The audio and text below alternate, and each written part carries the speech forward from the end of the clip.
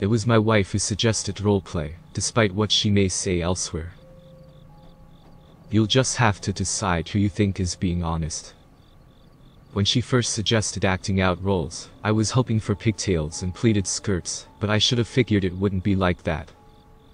If I'm honest, there isn't much that I wouldn't have agreed to at that point in our relationship.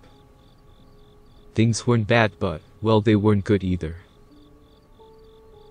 One morning I woke up to a packed lunch and an orange juice on the breakfast table, and when I tried to make myself a cup of coffee, she told me that growing boys shouldn't drink things like that.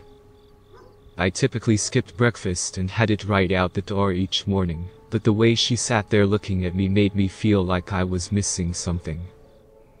It took me a minute to realize that this right here was the start of our little pretend play, so I sat down and ate the cereal and drank the juice. The whole scene made me pretty uncomfortable. I guess I just felt on the spot.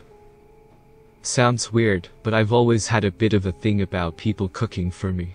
My mum died when I was 8, and my dad didn't really pay me much attention. I had to cook and clean and iron my uniform every night before school, and no one ever did my homework for me. Later on, my dad married some poor waitress half his age, and treated her like a servant. And I realized that must have been exactly how he had treated my mother. I'm not saying that this taught me to be the perfect man or anything, far from it. I just didn't like things that made me feel like I was becoming my dad. But there was my wife, making me cereal for breakfast, and then handing me a neat little lunchbox with cartoons on it that I'd watched as a kid. Goku, that was a throwback. And I'd be lying if I said it didn't like some part of it. Driving to work that day, I decided that this roleplay was probably just some kind of therapy, and that it was best to go along with it. Even after I got home that night to find that she'd run me a bath. Not only did she want me to be a clean little boy, she'd even laid out some brand new pajamas. It was deeply uncomfortable. She perched on the toilet lid, while I was sat upright in the tepid water, not sure what to do with myself. The grown man with a beer belly hunched over in grey water. I felt so stupid. "Do you need help washing yourself?" she cooed. Sure," I replied, and she came over and pulled out a fish-shaped bottle of No Tears shampoo. She washed my hair, using a small plastic cup to rinse my scalp. I had to lean back for her to get it all, and she held my head in her hands. I hated it. My eyes wouldn't stay shut, her hands were too cold, the water too warm, the porcelain of the tub too hard. And every time the water flowed over my head, I would reflexively lurch forward and try to sit up, which of course meant I got suds in my eyes. "Shush," she kept saying. "Just lie back. It won't hurt. I won't let it." So I laid back and controlled my breathing and told myself that it was for her sake, not mine. One of my last memories of my mother was her reading a book while I sat in the bath, and I guess I didn't like how I felt in my wife's arms at that moment. But she just kept talking to me in that soothing voice, and somewhere along the lines I let go of conscious thought, and focused on the sensation of the warm water rolling down my scalp. "You can let go," she said, wiping some water from my face, and when I looked up at her, I realized that I was shaking, and my heart was pounding. All of a sudden it all just came out, all the tension, all the anxiety, the constant state of near panic that I'd suppressed for my entire life. You're meant to say that this kind of stuff feels cathartic, but I fucking hated it. It made me feel physically sick. Even a little ashamed. She held me in her arms, while I sobbed like a baby in the tub, and when it was finally over, all I could think was, "Thank God I can breathe again." I let her dry me as I stood dripping wet on the tiles. And then I let her dress me in the cool dry pajamas she'd laid out ready, the silky fabric raising goosebumps on my skin. By the time I curled up into bed, her arms cradling my head like it was a precious jewel. I was exhausted, like I'd just gone for a quick 30-mile run. The last thing I remember was the theme tune to Ed, Edd and Eddy, and the flood of nostalgia combined with the feel of fresh bed linen put me to sleep hard and fast. The next day at work I felt dirty, and I didn't much enjoy the thought of going home. I knew what was waiting for me, and sure enough she was there with SpongeBob pajamas, brand new, in one hand, and a plate of food in another. At first I told her I wasn't up for it that night, but she just told me to stop being silly and sit down to eat. And well, the food did look good. And, stupid as this is, I told myself it was me doing her a favor, you know. Like if I just agreed to have her do all this stuff for me, it would be okay, so long as I agreed begrudgingly. So I ate the food, and wore the clothes, and I tried not to cringe when she called me her baby boy. As much as I hated it, she was being really nice to me. I just wanted her to like me. She hadn't liked me in so long, and this whole messed up business meant that she was being genuinely affectionate to me. For years she'd always kinda looked at me like I was a dick. I don't know where, but somewhere along the line I stopped being her husband, and just became a husband, just another emotionally stunted guy with a receding hairline. I could have been more attentive, I know that. But nobody told me how exhausting mediocrity is, and by the time I got through barely surviving work each day, I'd find very little energy left to give to her. I felt lonely all the time, and something about being in her arms made me feel a little less alone. I secretly hoped that this roleplay was about dismantling the walls we'd both put up.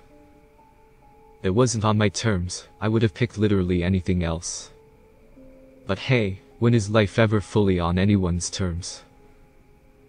Being in love really means being held hostage. And yeah, things were bad, but man, I fucking loved her with everything I had. So I had to work with what I had, and what I had was this weird roleplay. Figured that it makes some sense, that some women didn't want a daddy. That instead some women actually wanted to be a mommy. You see it online all the time, right? Daddy this, daddy that. You can't throw a stone online without finding some pornographic image of a woman being infantilized. So why couldn't it go the other way around? So long as it wasn't sexual, I figured I could do it. I'd wear the pajamas, watch cartoons, and ask for help coloring in the lines. In the end, I didn't just go along with it for a few nights. I went along with it every single day that followed, and I found that every day there was a little more of it to go along with. The packed lunches became more elaborate, the food I ate grew simplified, until it was practically the kind of stuff you'd feed a toddler. And one Friday when I finally told her I wanted a break, she just told me to stop being silly.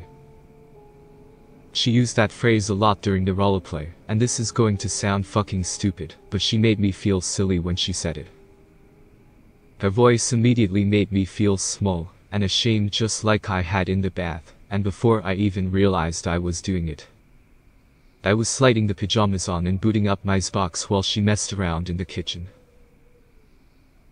I'd actually planned on talking to her that night about going to couples therapy, but she spoke to me like a little boy, and I just couldn't stop myself reacting like one. It was like I'd been trained.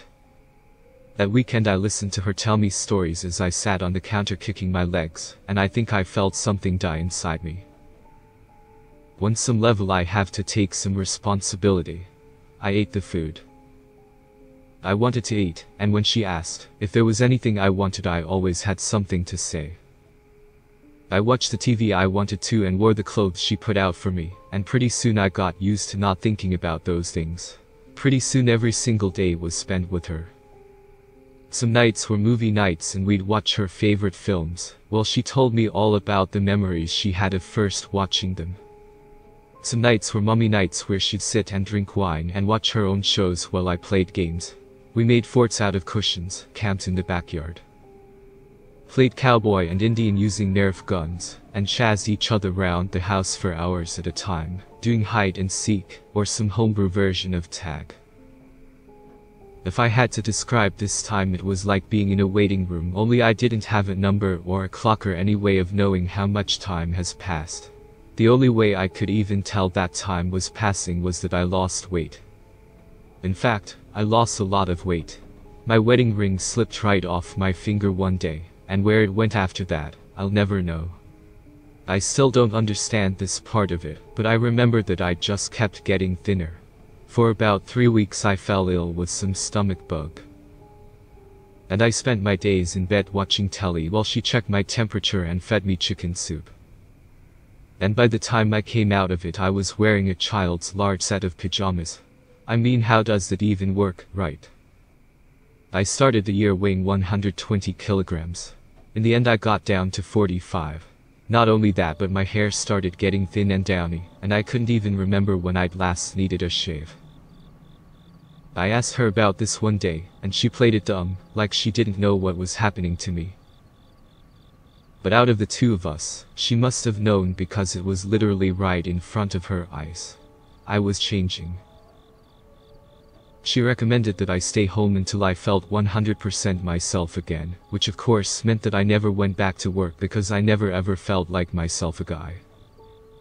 Looking back, it wouldn't surprise me if she forged a resignation letter of mine, or did something similar to keep me at home. Either way, by the time the stomach bug passed, I was trapped in that house. The outer gate, that had once barely reached my chest, now towered over my head and I could barely get my fingers around the bars.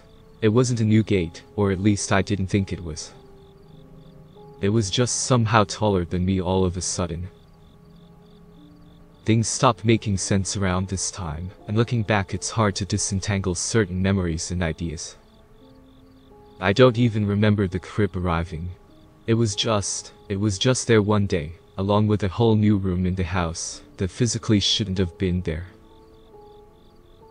I checked one late night when I felt lucid, and sure enough the bathroom and master bedroom hadn't magically shrunk by 50%. But somehow a whole new room had just sprung up between them. And it was painted in baby blue, and the walls were covered in paintings of airplanes, and if I stared at them too long I'd feel real sleepy, and my head would get heavy and boom. Next thing I remember it'd be morning and I'd be staring at a bowl of cereal. Whole chunks of time were purged from my head. And not just the recent stuff either. I was an accountant who suddenly couldn't do long division, and struggled with his multiplication tables. Normally my brain was like a cacophony of fireworks that took every ounce of my willpower to keep under control. Stray thoughts just pinged off all the time, and it was chaotic, but it was me. But with my wife. And with everything going on, it had turned into something more like a cobweb with holes poked in it. You know when you listen to someone, and their voice just turns into a drone, and you realize that you stopped listening after a few words. It was like that, but with my own thoughts. As soon as I got any momentum going I lost interest and time faded, and I'd come to a few hours later bouncing up and down on my wife's knee. I could practically feel bits of my mind sloughing away like candle wax, leaving big patches of nothing behind, and it hurt so bad. It hurt worse than anything physical that ever happened during that fucked up time. Something was cutting my mind up like a scrapbooker going at old magazines, and I could feel it happening in real time. There were times when she'd take something off me like the remote and put it on the counter, and it'd just hang there over my head, and that just doesn't make sense to me.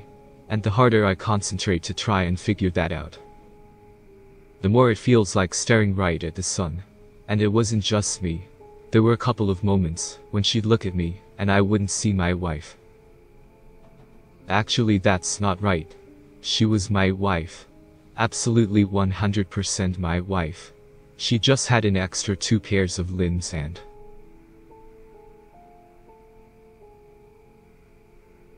It hurts even now to try and remember too clearly.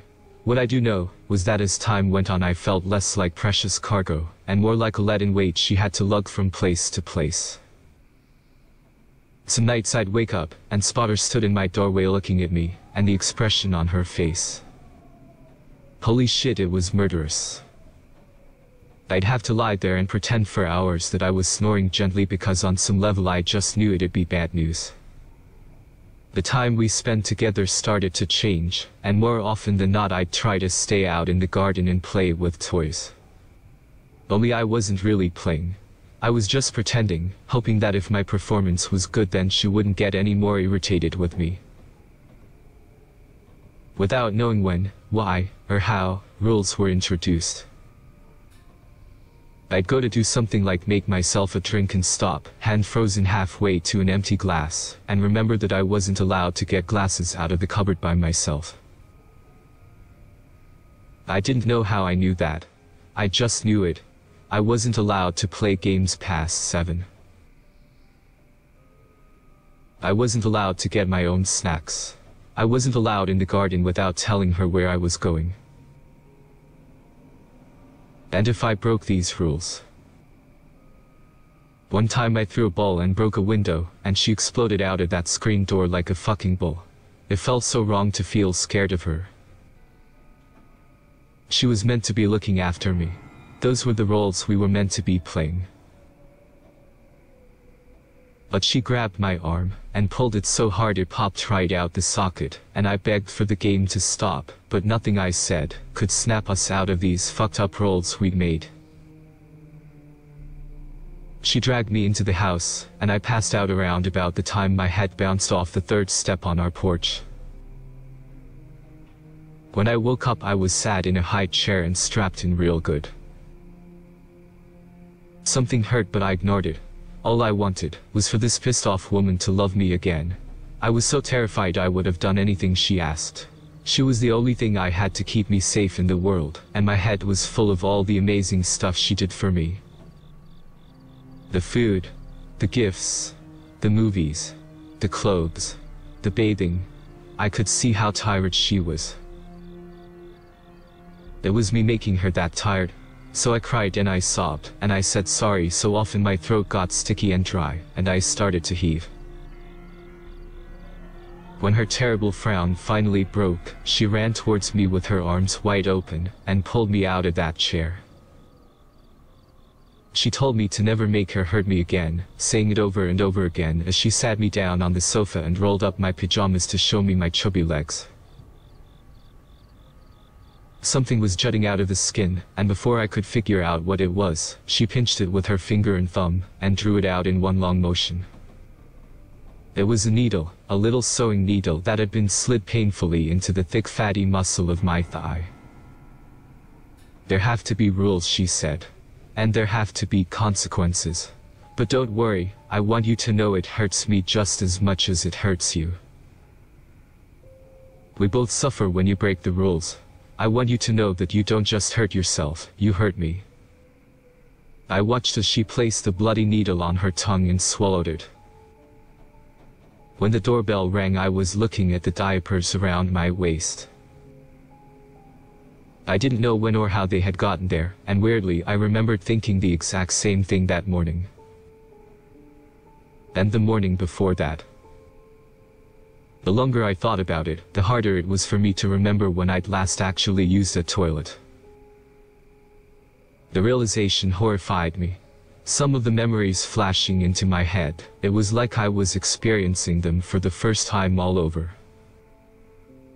The timid woman I'd married was somehow suddenly so strong, able to not only overpower me, but able to actually lift me off the ground, to pick me up and lay me down on a small table and hoist my legs up and... Jesus Christ, she changed me, I thought, and my whole body flushed with unspeakable humiliation. I think it was that feeling that let me keep my head together when the deliveryman came, like I had this little bit of defiance that stopped me trying to hide from the stranger. This is my chance, I thought. Wait, no, I'm not allowed to open the door, not for strangers. But I can speak to him. Maybe he can help. Someone has to help. But if she comes and finds me, then I'm in trouble. I don't want to be in trouble. It was like being drunk, or like having my thoughts handcuffed to a maniac.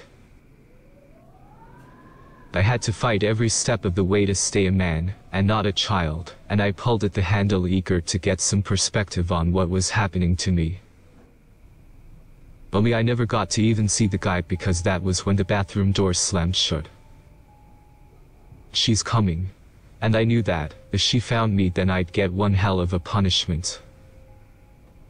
My legs and arms already hurt so bad. I wasn't a very good boy. I knew. I broke a lot of rules, and it didn't help that new ones were popping up all the time. I fled towards the kitchen, turning the corner just in time for the door to swing open, and for this delivery guy to get a good look at me.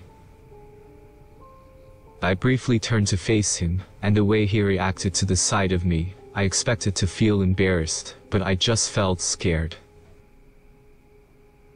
Something was happening to me, and the fact that this guy could see it made it horrifyingly real. My body had changed, and no matter what my wife wanted, I wasn't a child. I was changing into something, but it wasn't a normal kid. This wasn't Benjamin Button. Whatever happens when you cram a chubby middle-aged guy into a 3-foot package, the result isn't a cute little kid. It's a nightmare.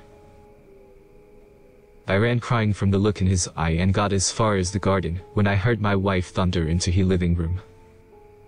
"Who let you in?" she cried. "I have children in this house. Who are you and why are you in my home?" Poor guy was dumbstruck. I could hear him stammering away as I ran under the porch steps and waited. I'd learned this was one of the few places where she couldn't physically fit.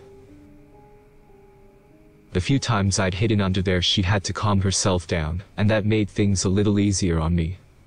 At least in the short term. Now I hoped it'd keep me safe long enough that I could maybe even make a break for it when the guy left the gate. She childproofed it with some infuriating mechanism that my fat fingers couldn't work. But it sure did take a long time for that gate to swing open and close, and that right there was the best chance I was ever gonna get. "Get out of my house," she screamed at him as he flew down the steps. She followed, hot on his heels. "Who's your manager? Who do you work for? I want to put in a complaint. I want you to know exactly how goddamned badly you've messed up." This guy was stuttering and mumbling and fumbling, unsure of whether to run away or turn and give this woman a decent account of himself.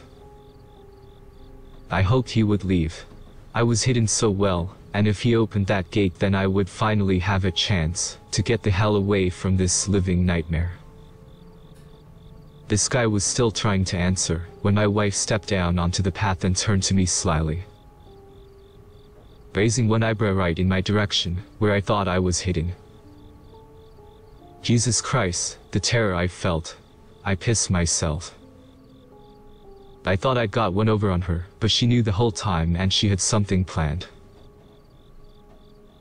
"Look at this," she said. "Look at this step. This wasn't damaged until you came along."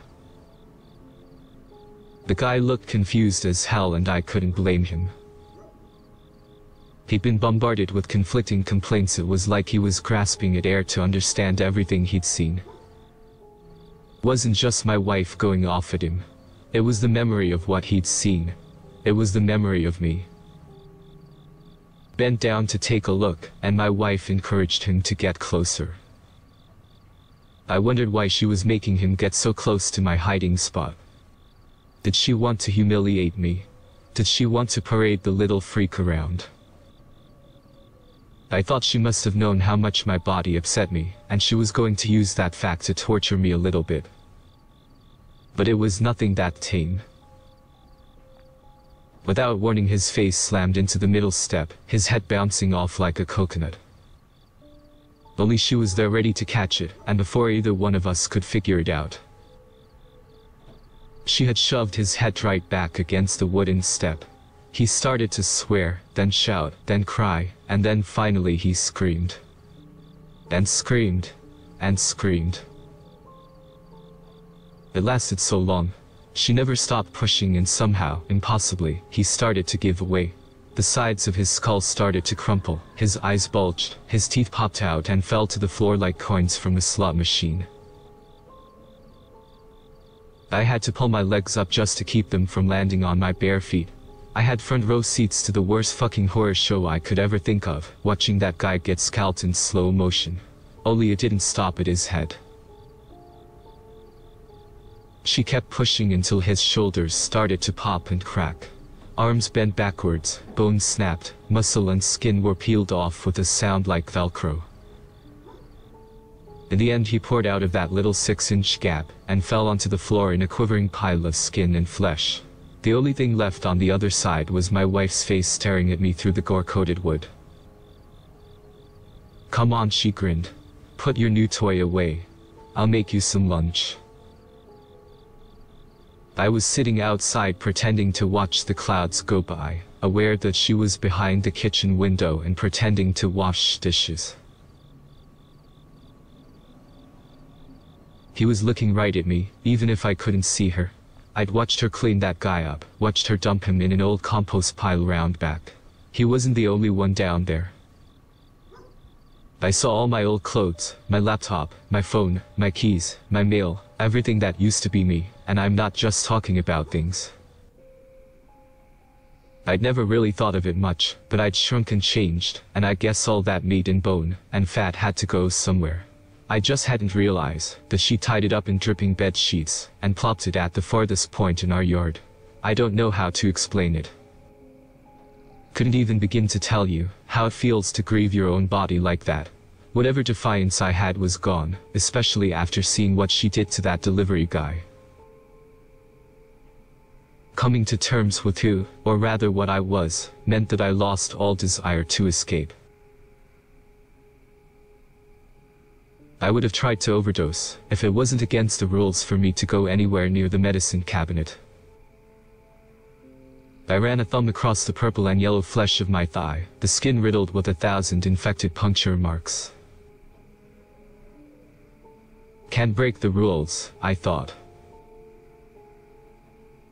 When a frisbee floated freely over the hedge, I stared at it for a moment like I was a disinterested cat. My eyes tracked it, but nobody was home upstairs, if you get what I mean. Only when it landed gently on the grass, and I heard the gate clang open, did it dawn on me that I wasn't alone out there. It was a little girl, and her reaction wasn't all that different to the delivery man's. She stopped dead in her tracks, and started to cry a loud distress wail. I wanted to ask her for help, but I didn't want to face the way she looked at me, so I quietly scuttled off towards the bushes to hide.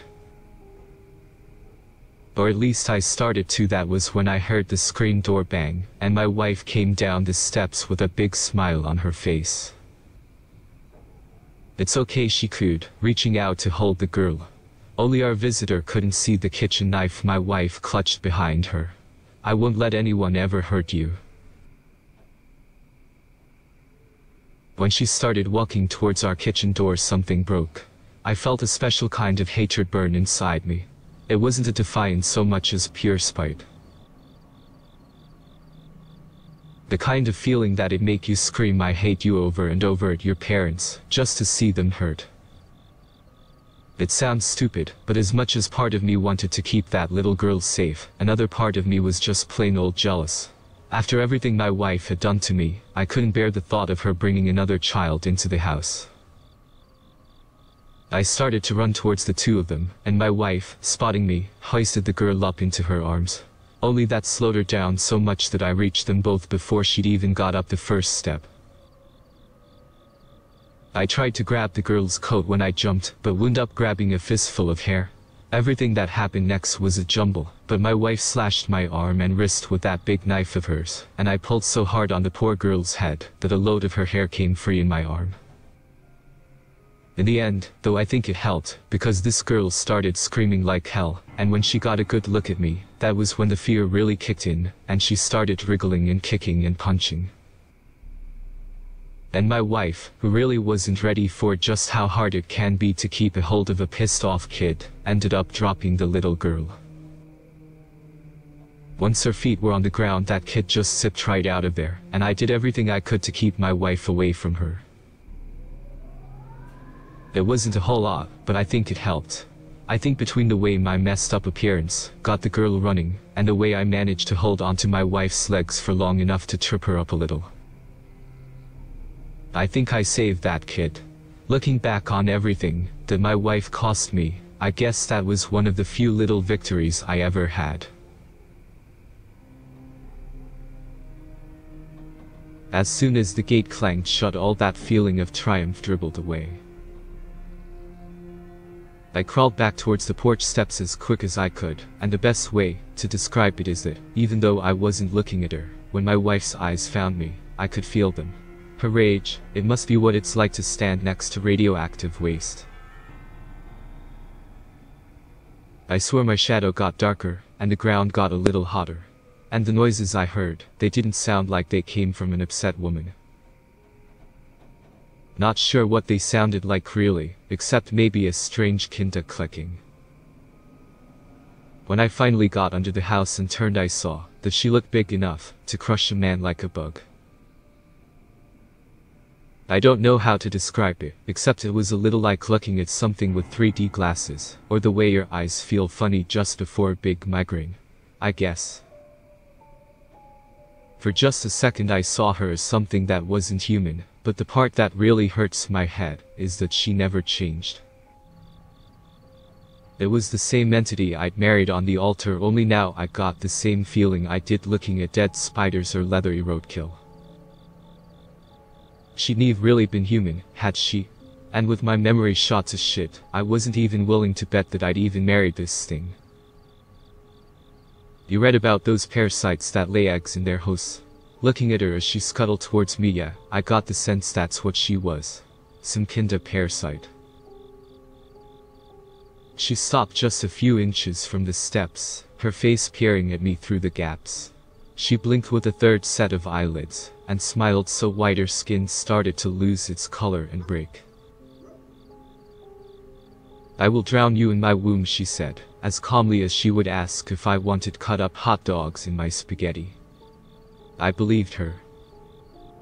I didn't come out of those stairs for the rest of that day, not even when my wife stood out on the porch and called me for dinner. I didn't fancy my chances with whatever was shambling around up there and pretending to be a wife or a mother. Or whatever else it felt like. I didn't want anything she'd prepared. And as time wore on, I found that the hunger in my stomach sharpened my mind so that I didn't mind it too much. Besides, I could hazard a guess that she wasn't being honest about what was in my food, and I didn't want anything she prepared. Whatever this was between us, it wasn't really a game now. The stakes were too high. And for me, tucked away under those steps with my stomach growling and my mind growing more lucid with every passing second, I really started to hate her. I hated that she'd hurt me when she was supposed to protect me. I hated that she'd lied every second of every day until this sick little plan of hers had come to fruition. But more than anything, I hated her for what she'd done to me. I wasn't a man, but I sure as hell wasn't a child. I was more like a monster and a joke, and I just knew that somehow she'd been the one stripping meat and fat off my bones until my frame withered to this pitiable size. I had to leave. I had to. She'd since locked the gate, and I needed the key, and if she stopped me, well, I guess I needed a knife, didn't I? I needed something to keep me safe. I waited until sunset and crawled out from under the house, making sure to stick to the shadows. Peeking through the kitchen window, I saw her stood there with a plate in one hand and a blank expression on her face. She looked a little broken, like she didn't quite know what to do now that I wouldn't listen to her cries of dinner time. She just stood there and shivered until some flicker of movement caught her eye, and she pivoted around to track it like a bird of prey. I had to drop out of sight more than once, because of how sensitive she was to changes in the light, although I think I managed to avoid her line of sight, because when I finally snuck into the house via the back door, she was in the exact same spot, staring into the darkness like a blind man. For a moment I thought I was safe in the shadows, but whatever this thing was, it didn't seem so committed to playing human. As soon as I got near the stairs, her eyes fixed on me like a hound's, and she came barreling forward on every limb she had. What little of her was visible in the moonlight looked almost fish-like, like she'd been pulled out of the bottom of a lake. She still had the general shape of a person, I guess, only it was like something wearing a human suit when that was falling apart. Her joints slipped up and down her bones like they were on a pulley, and they bent backwards and forwards and sideways. As she got closer I smelled her, and it was like rotten milk and dog shit left in a hot car. It hit me hard enough to water my eyes and make climbing the stairs difficult. Of course I didn't get very far. I didn't know what the hell was going on, nor did I have strength to fight it. The last thing I remember was the sight of her ribs pressing against her skin like fingers trying to poke through a rubber sheet, like they were alive inside of her and wanted out. "Baby need a feed?" she asked before grabbing my head and slamming it backwards into the step behind me. I awoke with a foul taste in my mouth. I'd been strapped into the high chair, and I looked around groggily until I laid eyes on a baby bottle. The congealed contents were the color of a smoker's fingers, with visible lumps of pink matter lurking towards the bottom like syrup in a milkshake. "Straight from the source," my wife said, her misshapen fingers stroking my hairless head. I realized that my legs were in agony, and I saw that there must have been a dozen needles poking out of my skin and right through the pajamas she dressed me in. She pressed a finger against one, and for a second the pain became so white-hot that I nearly passed out all over again. I fought hard to stay awake, desperate to avoid another feeding, although a part of me wondered if I wanted to endure the second one while awake. But when it all came down to it, it was just her in my way, wasn't it? And that hatred inside me burned up like a pyre, and I realized that I wouldn't mind dying all that much. I'd secretly hoped for so long that I could maybe fix this somehow, maybe even get back to normal, and get my body back. I didn't know how, but I'd let myself think that it could be possible. Sitting there, looking at her loom over me, I decided that living like this wasn't really an option anymore. My hands were free. Who could blame her for leaving them like that? I couldn't hit her or kick her. I didn't have the reach or the strength. But I did have something sharp, so I reached down and tore a needle free, and before she could try and get it out of my hand, I shoved it through her palm. It went right through like she'd been made of nothing more substantial than some thick wool. It didn't even make a noise, although the stench she emitted became unbearably strong. She looked angry. Good, I thought, and I reached down and grabbed another, and this time she tried to be quicker, but it just meant her face got closer. So close that the moonlight hit it, and for a moment I hesitated because I finally saw just how fucking god-awful she really was. You could see where all that skin was just slipping away and hanging loose like a badly made mask, and whatever was underneath, it looked a little like a spider. Not a spider's face, mind you. No, like she had a spider for a face, only it was a spider with too many legs that were all curled up like it had been stamped on a few times. Like her whole skull was a ball made out of furry rubber bands. But she still had eyes, and they looked mostly human. And like I said, she'd gotten in so close I could see those hairs twitch and wriggle, and that meant I could lunge forward and jam that needle right into her eye. Pushing so hard that by the end it was as embedded in the palm of my hand as it was in her skull, or whatever she had. I don't know what exactly was in there, but it must have hurt because she let out a scream that drew blood from my ears, and she ran off into the dark, desperate to get far, far away from whatever had caused her pain. I didn't have much time. I slipped loose from the chair and ran from the house, stopping only long enough to catch a glimpse of a shadow passing over the house, as if something had flown over. It's hard for me to say what exactly, but I had a vague notion that some of the lampposts in the nearby street were moving, and that they reached way too high into the sky. I felt her leave. Jesus fucking Christ, I felt her leave, and it was like the popping of a cyst. It hurt bad. It hurt like nothing I'd ever felt. It wasn't a protracted injury, just more like being shot, I imagine. I don't know. I reached the gate and saw somehow that my hand dwarfed the lock, and by the time I'd fumbled it open, I was already hurtling towards the ground like a falling tree. I reached the gate and saw somehow that my hand dwarfed the lock, and by the time I'd fumbled it open, I was already hurtling towards the ground like a falling tree. But at least I was the right size again. I wound up having to take a trip to the hospital that same day, so they could get the remaining needles out of my leg. I was laughing so damn hard that they wound up keeping me for my own safety, which... well, I guess I can't blame them for. Between the needles and the children's clothes and the way I screamed with joy at the sight of my own hands and my hairy arms, I guess I must have really looked like a real loon. I didn't feel too bad being stuck in that place though, and they didn't keep me for long. They said something about spores in the lungs. I don't know. I don't even fucking care. I did tell them what happened, of course, but they just told me it was all the product of my mind. They say my head is fucked. I mean, they say it a little more politely than that, but that's the gist. It's fucked. They showed me a scan of my brain, and it looked like an apple after it had spent 3 weeks on the ground in mid-August. I guess I'm not an accountant anymore. Most days I'm lucky if I can work a remote. I don't really care though. For a long time she kept leaving me a packed lunch on the doorstep of my new apartment. Fucking nuts, but I almost ate 1 or 2 of them. It was that strong of a habit, you know. But instead I always made a big show of throwing the food right in the bin. The last box was full of divorce paperwork, although it didn't look official. More like a bad joke, but that was the whole marriage, wasn't it? Just a bad joke. I signed them in crayon and left them outside.